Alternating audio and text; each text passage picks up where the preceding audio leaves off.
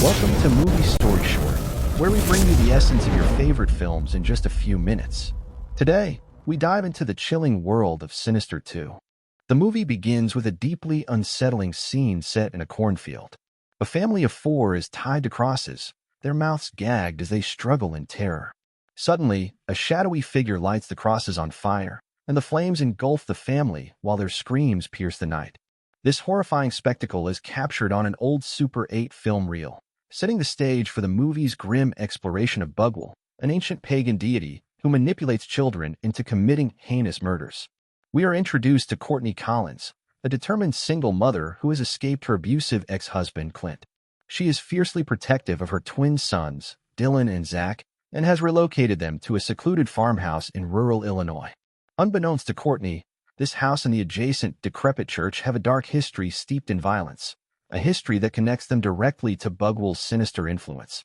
Courtney's life revolves around shielding her boys from harm, but Dylan begins to experience eerie and terrifying phenomena almost immediately after their arrival. Ghostly children begin visiting him at night, whispering sinister tales and coaxing him into the basement. There, Dylan discovers an old projector, a collection of Super 8 film reels.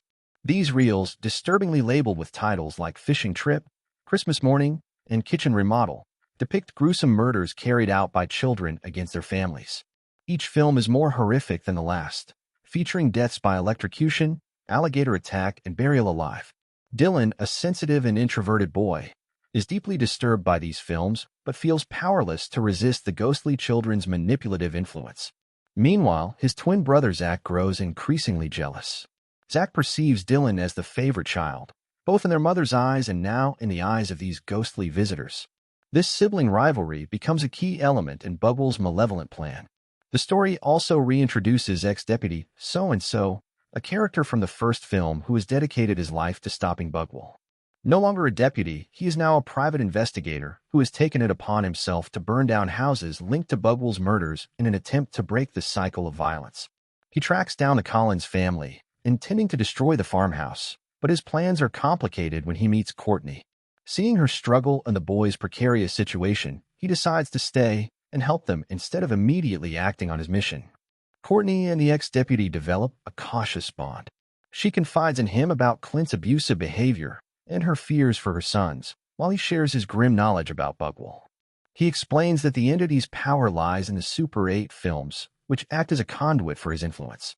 By corrupting children and turning them against their families, Bugwell ensures the continuation of his dark legacy. As Dylan continues to be tormented by the ghostly children, they pressure him to make his own movie by murdering his family.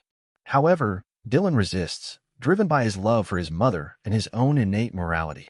This resistance frustrates Bugwell and his spectral followers, who begin to focus their efforts on Zach. Zach's jealousy and feelings of neglect make him an easier target, and he soon succumbs to their influence. Meanwhile, Clint tracks down Courtney and arrives at the farmhouse, demanding custody of Dylan and Zach. His domineering and violent presence exacerbates the already tense atmosphere, and Courtney's attempts to protect her sons become increasingly desperate. Clint's arrival also accelerates the supernatural events, as Bugwell's power seems to feed on the family's fear and discord. Zach, now fully under Bugwell's control, begins creating his own home movie. He meticulously plans his family's murder, setting a series of traps throughout the house. The ghostly children guide him, reveling in his transformation into a tool of destruction. Dylan, sensing the danger, tries to warn his mother and the ex-deputy, but Zach's descent into darkness seems unstoppable.